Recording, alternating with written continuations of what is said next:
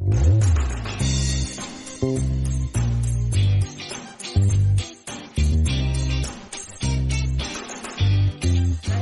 शुरू करते हैं आज की इस क्लास को। बहुपद के साथ में पॉलिनोमियल का सारा कंसेप्ट जो है आप बहुत ही आसानी से सीखोगे, जैसा कि सीखते आ रहे होंगे।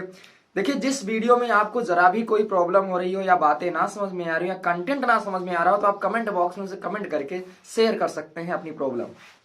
तो आज हम सीखने वाले हैं बहुपद पॉलिनोमियल।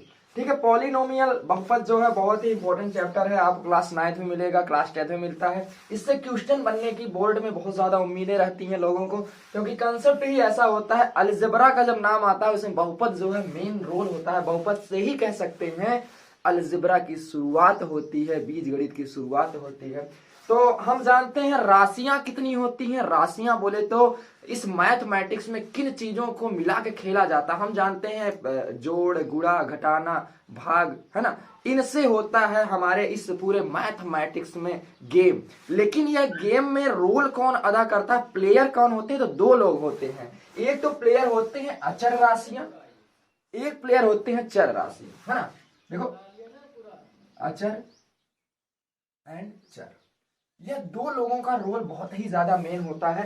चर राशियां क्या होती हैं? वेरिएबल होती हैं जो बदल सकती हैं, है ना। यह क्या होती हैं? बदल सकती हैं। इनका मान बदलता रहता है, घूमती रहती हैं, बदल सकती हैं। और यह नहीं अनचेंज होता है, एक नंबर होता है। मैथ में सारी संख्याएं मतलब A to Z, जीरो से लेकर अनंत तक की, मतलब 1 2 3 4 सारी संख्याएं अचर राशियां होती हैं। इनके अलावा जो अक्षर होते हैं A से Z तक, A से ज्ञात तक, जितनी संख्या जिनको मान मतलब इनका अस्तित्व जो होता है यह होता है। क्योंकि हम जानते हैं गणित जो है संख्याओं का खेल है। तो संख्याएं जो अचर होती हैं इनका एक मान होगा जो यह होगा। ठीक है, तो हम समझ गए चर राशियां क्या है? जो बदलती रहती हैं। A to Z, आ से ज्ञात तक, कुछ भी नंबर हो सकता है, ABCD M X Y Z कुछ भी हो सकता है। और ज्यादातर यूज किए जाने वाले वर्ड होते हैं A हो गया, X Y Z,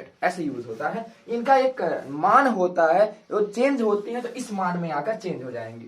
ठीक है, जैसे किसी का नाम होता है मुन्नू और मुन्नू का नाम हो गया आदित्य, तो हम क्या कहेंगे? घर का नाम मुन्नू है लेकिन आदित्य स्कूल का नाम हो गया, तो हम कहेंगे मुन्नू आदित्य, बराबर एक ही नाम हुआ। वही अगर ए हुआ, ए का कोई मान 1 है तो ए का मान आकर 1 पे टिक जाएगा, यही होता है कांस्टेंट मान। ठीक है, तो अब हम सीखते हैं बहुपद की बात। देखिए, नाम से ही पता चल रहा है बहुपद। बहुपद बोले तो बहुत से पद, बहुपद मतलब बहुत से पद, है ना। बहुत से पद, बहुत से पद जिसमें आए वही बहुपद होता है।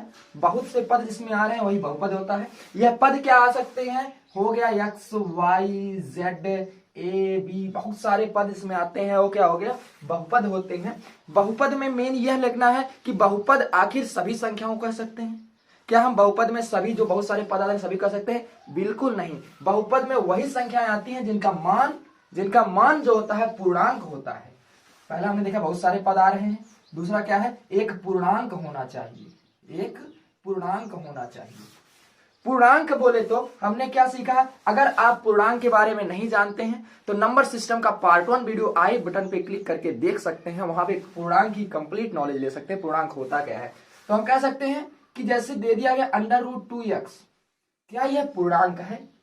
कमेंट बॉक्स में कमेंट करके बताएंगे इस वीडियो को देखने के बाद। तो हम कह सकते हैं संख्या रेखा पे नहीं होता है, तो नॉर्मली क्या कह सकते हैं? पूर्णांक नहीं होता है ना।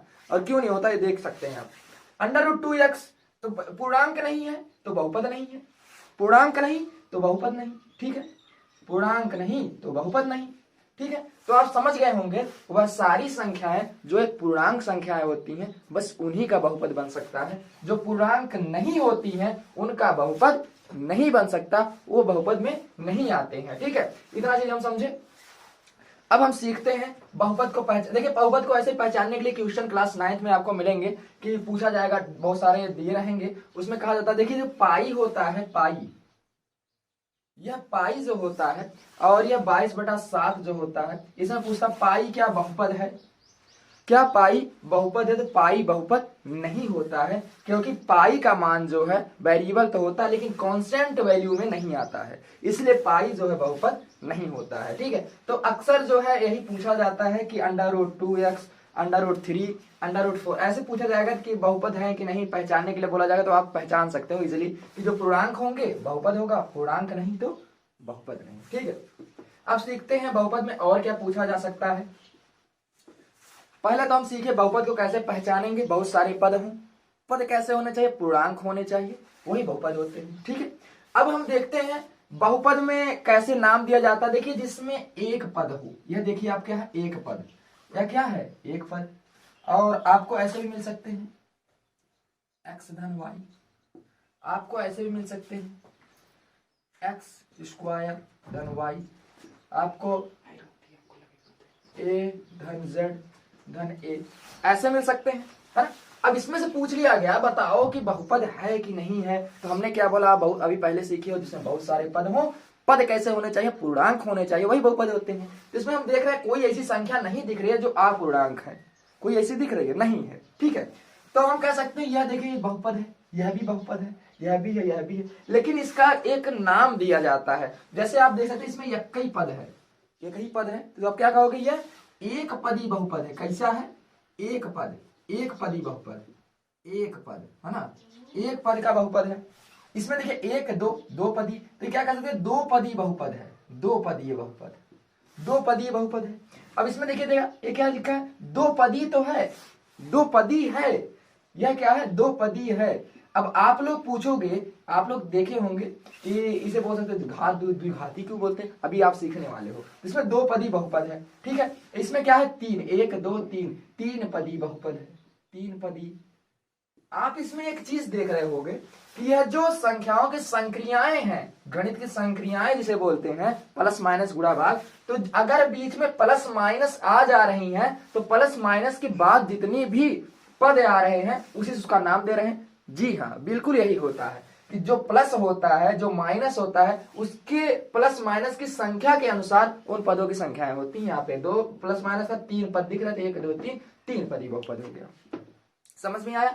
अब हम सीखते हैं घाती वाले बहुपद के नाम कैसे करते हैं। आप इसको समझ चुके होंगे कि एक पदी बहुपद क्या होता है, द्विपदी बहुपद क्या होता है, त्रिपदी बहुपद क्या होते हैं, कैसे ज्ञात करेंगे कि पदों की संख्या, पदों की संख्या। अब देखिए यहीं पे ऐसा भी पूछ लिया गया, क्या यक्ष धन यक्ष दो पदी बहुपद है कि नहीं, तो आप क्या बताएंगे कि बिल्कुल नहीं है। आप देख रहे हैं सेम वेरिएबल है, सेम है ना, तो यक्ष धन यक्ष क्या हो जाएगा, 2x हो गया ना, एक पदी हो गया ना, एक पदी बहुपद। मतलब हम कह सकते हैं कि एक जो है दूसरे घर का है और एक दूसरे घर का है, और जब दोनों आएंगे तब द्विपदी होंगे, जब एक ही घर के रहेंगे तो द्विपदी नहीं होंगे।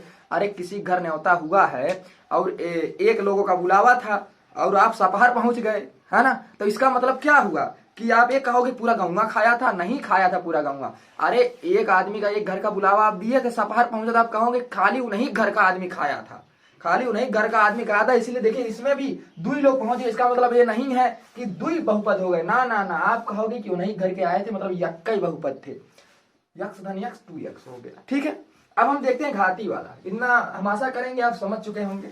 अब देखते हैं घातीय का कैसे होता है।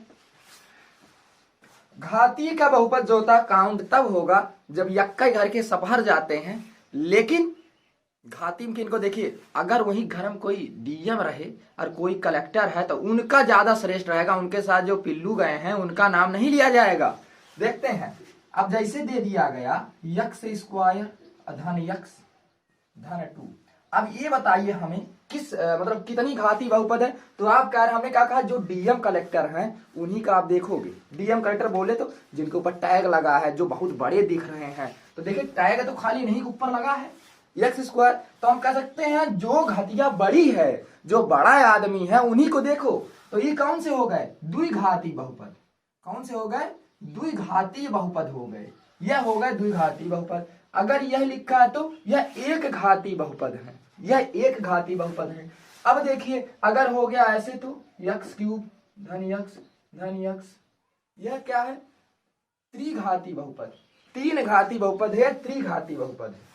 समझ में आया कि जो बड़ा वाला घात होता है बस उसी को केयर किया जाता है और उसी से उसका नाम किया जाता है कौन द्विघाती, कौन त्रिघाती, कौन चार घाती है। समझ गए होंगे इसे भी, ठीक है। अब देखिए बहुपद में कैसे पूछा जाता है, ऐसे ही क्वेश्चन दे देगा और क्वेश्चन में पूछेगा बताओ बहुपद की घात कितनी है। आप इसने इतने में से तो ये बातें समझ गए होंगे कि जो बड़ा है उसी को सर्वश्रेष्ठ गिना जाता है। तो बिल्कुल वही सेम प्रोसेस है। अब ऐसे पूछ लिया जाता है यक्स स्क्वायर एक्स घाते 5 यक्स धन वाई की घाते 11, बताओ इसमें क्या बहुपद है। तो हमने कहा कि इतने बड़े लोग, इतने ज्यादा लोग आए हैं, लेकिन हमने कहा जो सर्वश्रेष्ठ है, जो बड़ा दिख रहा है उसी को काउंट करो। यहाँ पे 2 है, यहाँ पे 5 है, यहाँ पे 1 है, यहाँ पे भी 1 है, यहाँ पे 11 है। वाह, छोड़ो सबको, इन सबको भुला जाओ। हाई जो बचे हैं यही। इस बहुपद का घात कितना है? 11 है, छोड़ दो। कितना है? 11 है। जैसे आप लोग गए हो मेला घूमने और आपके साथ में कलेक्टर साहब गए हैं तो आपको कोई वैल्यू नहीं रहेगी, कोई वैल्यू नहीं है आपकी। आप वहां गए हो तो यही कहा जाएगा कलेक्टर साहब आए थे। कौन आया था? कलेक्टर साहब आए थे। तो मतलब है 11 वाला ही काउंट हुआ है, केवल 11। आप समझ गए होंगे क्या? यह कंसेप्ट आप लिख भी सकते हैं। बहुपद की घात क्या होती है? घात वह होती है सबसे बड़ी घात, है ना, सबसे बड़ी घात, सबसे बड़ी घात। बहुपद की घात क्या होती है? सबसे बड़ी घात ही बहुपद की घात होती है, ठीक है। इसको समझ गए होंगे, इससे ज्यादा कुछ है नहीं। लेकिन कभी कभी बोलता है क्या एक बहुपद है कि नहीं है? बिल्कुल है। और इसकी घात कितनी होती है? 0। कितनी होती है? 0। किसी संख्याओं की किसी भी वेरिएबल की अगर घात 0 है तो उसका मान 1 आएगा। कहने का मतलब 10 की घाते 0 बराबर 1, यक्स की घाते 0 बराबर 1। मतलब अगर 1 को पूछा जाए तो कौन सा शून्य घाती बहुपद है? कौन सा शून्य घाती बहुपद है? 1। इसको आप मत भूलिएगा कि किसी के अगर घात 0 है तो वह कैसा बहुपद है? शून्य घाती बहुपद, मतलब वह भी बहुपद है, ठीक है। इस बात को आप समझ चुके होंगे। देखिए घात की बात हो गई, बहुपद को पहचानते कैसे यह भी आप सीख गए। अब बात करते हैं बहुपद में शून्य कैसे निकाला जाता है। शून्य क्या होता है बहुपद का, है ना। देखिए नाम से पता चल रहा है शून्य, है ना। कोई ऐसा पुरुष होगा जो मारता होगा पूरी धज्जियां उड़ जाती होंगी सवाल की। शून्य, है ना, शून्य की बात करते हैं। देखिए शून्य क्या हुआ? शून्य, शून्य को आप क्या लिख सकते हैं 2 शब्द में कि ऐसा मान जो बहुपद को शून्य कर दे। समझ में आया? ऐसा मान जो पूरे बहुपद को शून्य कर दे। कहने का मतलब अगर दिया गया यक्स धन 1 बराबर 0 तो बताओ इसका शून्य क्या है? इसका शून्य क्या है? तो हम कैसे निकालेंगे कि ऐसा मान, हमने क्या लिखा? ऐसा मान जो बहुपद को शून्य कर दे। यह एक बहुपद है, शून्य कैसे होगा? तो आप क्या कहोगे कि यक्स का ऐसा मान निकालो कि यहाँ पे अगर रख दो, इन दोनों को जोड़ो तो बिल्कुल शून्य आ जाए। कैसे करोगे? तो हमने कहा कि यहाँ पक्षांतर किया जाता है। तो यक्स बराबर कितना हो जाएगा? यहाँ धन था, उधर जाएगा क्या हो जाएगा? ऋण 1। तो यक्स का -1 ऐसा मान आ गया है कि अगर यहाँ पर रखोगे ना 0, अगर रख देते हैं यक्स इधर पे -1 रखोगे तो -1 धन 1 कितना हो जाएगा? 0 हो जाएगा। कहने का मतलब कि -1 जो है इस समीकरण के लिए इसका शून्यक है। यक्स का शून्य कितना हो गया? -1। कभी कभी दिया गया यक्स धन 1 बराबर 2, यक्स धन 1 बराबर 2। अब मुझे बताओ इसका शून्य क्या है? अब तक तो 0 था, अब यह 2 हो गया। कैसे होगा? सेम प्रोसेस, 1 को इधर भेज दिए, यक्स बराबर 2 - 1, यक्स बराबर 1, यक्स बराबर 1। यक्स का एक ऐसा मान है अगर यहाँ पे रखोगे बिल्कुल शून्य होने वाला है। कैसे होगा? यक्स का मान यहाँ रख दो, 1 धन 1 बराबर 2।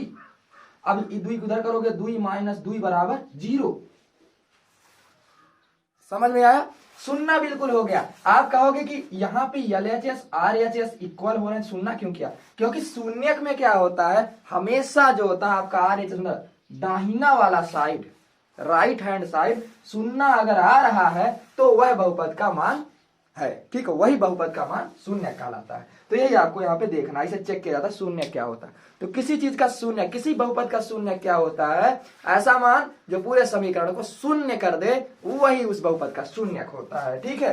देखिए अब तक आप सीखे हैं बहुपद क्या होता है, बहुपद की घात क्या होती है, बहुपद का शून्य क्या होता है। अब हम हाई स्कूल से डायरेक्ट बोर्ड के एग्जाम में पूछे जाने वाले क्वेश्चन पूछा गया था अभी प्रीवियस ईयर में, तो क्वेश्चन डायरेक्ट पुटअप किए। देखिए क्वेश्चन सेम ऐसे ही आने वाला है। यह क्या लिखा हुआ पी एक्स, इसको आप देख के भ्रमित हैं। पी का मतलब है पोलिनोमियल, मतलब बहुपद, बहुपद यक्स, इसका जितना नाम होता है बहुपद यक्स, मतलब जो बहुपद दिया गया है इसका नाम यह है, ये जो बहुपद दिया गया है इसका नाम यह है पी एक्स, मतलब यक्स वाला बहुपद, ठीक है। इसका इतना इसे पढ़ते हैं पोलिनोमियल यक्स, आप कह सकते हो पी एक्स, ठीक है। यहाँ ऐसे क्वेश्चन दिया गया, यक्स की एक वैल्यू दी गई, क्वेश्चन पूछा गया है क्या -1 इस समीकरण का शून्यक है कि नहीं है। यही डायरेक्ट ऐसे क्वेश्चन पूछा जाता है हाई स्कूल में, ठीक है। हाई स्कूल में क्या है, शून्यक दिया जाएगा, आपको ज्ञात करना होगा। दूसरा आप शून्यक का जो है बहुपद का ज्यामितीय निरूपण करोगे, वह भी हम सीखेंगे, ठीक है। तो यहाँ पे देख रहे हैं पी एक्स बराबर एक समीकरण दिया गया, एक्स की एक वैल्यू दी गई, ठीक है। अब जो है करते हैं क्या शून्यक है कि नहीं, चेक कैसे करेंगे। हमने क्या अभी सीखा प्रीवियस में, क्या सीखा कि वही मान एक्स की जगह पे रख दो, अगर 0 हो जाता है तो यह पोलिनोमियल का शून्यक है, नहीं तो नहीं है, तो रख देते हैं। रखने में क्या जाता है, रखते कैसे हैं, यक्स जहां जहां वहां पे -1 करोगे, यहाँ यक्स स्क्वायर था, यहाँ -1 करके स्क्वायर कर दोगे। कुछ ज्यादा नहीं करना, बिल्कुल ऐसे ही रखना, इसी में आप लोग भ्रमित हो जाते हो। -1 का स्क्वायर किए, यहाँ 3 था, 3 बिल्कुल उतारोगे, यहाँ कुछ नहीं होता, गुणा होता है, गुणा करोगे, -1 एक्स 0 फिर रखोगे, अब -4। इसको समझ गए, इतना आसानी से किया जाता है। अब -1 का स्क्वायर करोगे, माइनस गुणे माइनस क्या होता है, प्लस हो जाता है, माइनस गुणे माइनस, इसका थोड़ा सा कंसेप्ट देख लो, माइनस गुणे माइनस जो होता है यह हो जाता है प्लस, और प्लस गुणे प्लस तो प्लस ही होता है ना, और माइनस गुणे प्लस क्या होता है, माइनस होता है, और प्लस गुणे माइनस क्या होता है, माइनस होता है। यह आप हमेशा याद रखना, है ना, इसी से पूरा जो बीजगणित में खेल चलता है।